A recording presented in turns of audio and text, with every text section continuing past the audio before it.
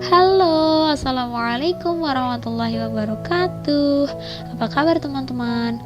Jumpa lagi di Pekan Rutin KSWI bersama saya Kusnul Septiani yang akan menemani teman-teman dalam sesi ngobrol santai sesuai sudut pandang Islam pagi ini.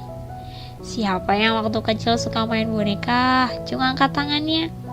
Menganggap boneka itu anak kecil yang sedang kita asuh, disuapin makan, diganti baju, bahkan tidur menemani kita karena saking lucu dan imutnya. Tapi kalau fenomena public figure yang tiba-tiba bilang, ini anak bayiku, padahal itu boneka yang dibuat seperti anak manusia dan diisi arwah bayi yang sudah meninggal katanya. Atau yang lagi hits nih, yang lagi in banget, spirit doll. Gimana ya? Ada apa di balik spirit doll? Kira-kira gimana ya Islam memandang fenomena ini? Oke, tetap stay tune ya. Nah, sebelum kita bahas ada apa sih di balik spirit doll, kita perlu pahami dulu teman-teman. Misalnya nih, akan ada rasa gelisah yang muncul pada diri kita jika tidak terpenuhi suatu keinginan. Ya enggak? Nah, ternyata dalam penciptaan manusia itu sendiri, Allah memberikan seperangkat potensi teman-teman. Bukan seperangkat alat sholat ya. Seperangkat potensi manusia ini terdiri dari akal, naluri, dan kebutuhan jasmani. Manusia Allah ciptakan dengan sangat sempurna sesuai fitrahnya dan lengkap dengan aturan yang mengikatnya, termasuk bagaimana aturan cara memenuhi naluri yang sudah Allah anugerahkan kepada kita. Akal digunakan dalam proses berpikir manusia. Nah, manusia bisa melakukan proses berpikir itu melalui 4 proses teman-teman. Dari yang pertama, manusia melihat, mengindra realita atau peristiwa menggunakan panca indera yang sudah Allah kasih, mata, telinga, kemudian indera penciuman, peraba, indera perasa. Nah, kemudian dari hasil penginderaan itu dimasukkanlah, ditransfer ke otak, disimpan, kemudian dihubungkan dengan maklumat sabiqoh atau informasi sebelumnya yang telah diperoleh. Dari situ akal bisa menyimpulkan ya. Kemudian terjadilah proses berpikir. Kemudian manusia bisa menyimpulkan, oh ini tuh, oh ini barang A, oh ini kejadian B gitu. Sehingga dalam proses berpikir itu menggunakan akal. Dan kerennya nih teman-teman, dengan akal ini akhirnya kita bisa manusia bisa membedakan mana yang benar, mana yang salah, mana yang halal dan haram. Nah, itu kalau yang potensi manusia yang pertama. Kemudian yang kedua, kebutuhan jasmani. Di mana kebutuhan jasmani ini kata kuncinya jika tidak terpenuhi maka manusia akan meninggal. Misalnya makan, minum, buang air besar, buang air kecil, berkeringat, tidur, ya seperti itu ya. Itu contoh-contoh yang kebutuhan jasmani. Nah, kalau yang ketiga nih, and the last, naluri. Apa itu naluri? Ada yang tahu? Naluri atau ghorizah. Nah, naluri ini dalam diri semua manusia itu ada ya teman-teman. Dan terbagi jadi 3. Naluri atau ghorizah tadayun. Naluri mengagungkan sesuatu. Contohnya, kita merasa nggak bisa, akhirnya kita minta pertolongan sama Allah, ya Allah berikan aku kemudahan gitu.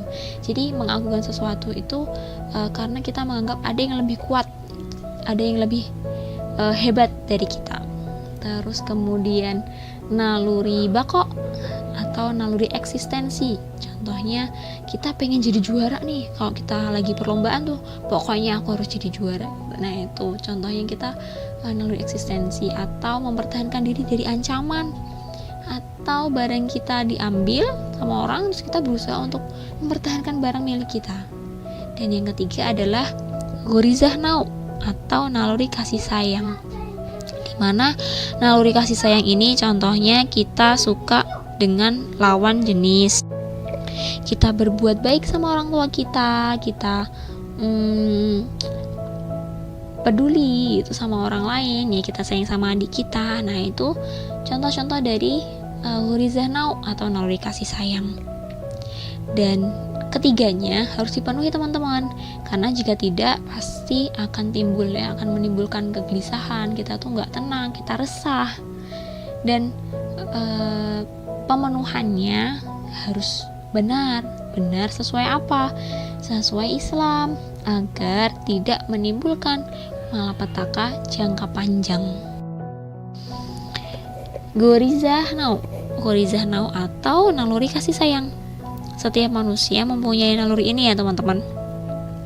Dan perwujudannya misal ingin menyayangi ya, mencintai, kemudian berempati, peduli, dan lainnya. Yang perlu digarisbawahi lagi bahwa pemenuhannya harus benar sesuai sudut pandang Islam. Jika laki-laki tertarik pada perempuan, maka menyalurkan rasanya hanya dengan satu cara teman-teman. Kalau dalam Islam loh ya, dengan cara menikah. Jika sayang kepada anak kecil, maka menikahlah. Atau contoh lain, kasih sayang orang tua kepada anaknya, dan sebaliknya. Memang sejatinya fitrahnya manusia itu mereka ingin berkeluarga, mempunyai keturunan untuk memenuhi ghorizah naunya. Tapi memang ada beberapa faktor yang mengakibatkan mereka mengalihkan naluri tersebut. Akhirnya terjadilah penyimpangan ghorizah nau, teman-teman. Seringkali kita melihat banyak orang yang sayang kepada hewan peliharaan, menjadikannya seperti anak, bahkan mungkin melebihi sayang kepada anak manusia. Nah, inilah yang membuktikan bahwa adanya penyimpangan ghorizah nau. Ya, padahal sejatinya manusia itu membutuhkan untuk menyayangi ya. Tadi pada dasarnya manusia itu memang akan sayang kepada anak-anak. Tapi karena informasi yang salah, informasi yang diperoleh itu informasi yang salah, akhirnya mengakibatkan beberapa orang itu memilih untuk mengganti penyaluran nalurinya. Atau yang sedang viral saat ini, menyayangi boneka anak sendiri. Mereka mencari cara instan untuk memenuhi ghorizah naunya tanpa menikah dan mempunyai anak. Ya, karena menurut mereka solusi bagi mereka adalah menyalurkannya pada benda mati atau yang dibuat serupa anak manusia.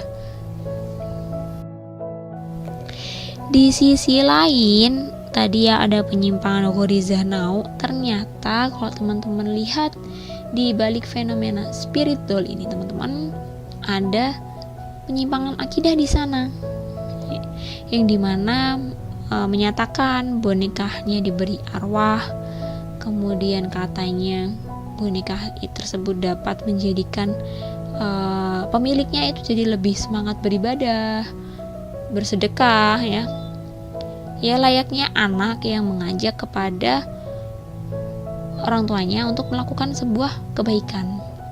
Nah, mirisnya di sini banyak orang yang mempercayainya. Padahal kita tahu ya teman-teman, percaya kepada selain Allah itu termasuk dosa besar. Nauzubillah. Yang lebih parahnya lagi, fenomena spirit doll ini dipopulerkan oleh public figure yang notabene mereka itu selalu muncul di berbagai media sosmed, entah di televisi atau di media manapun yang sekarang semuanya itu serba digital. Semuanya pasti ngelihat medsos kan, yang dimana setiap pemberitaan itu kan pasti semakin sering di-up, makin banyak orang yang tahu. Biasanya makin trending itu orang makin ngeliat, oh ada yang trending nih gitu. Makin banyak masyarakat yang penasaran, pengen tahu ada apa sih spiritual itu.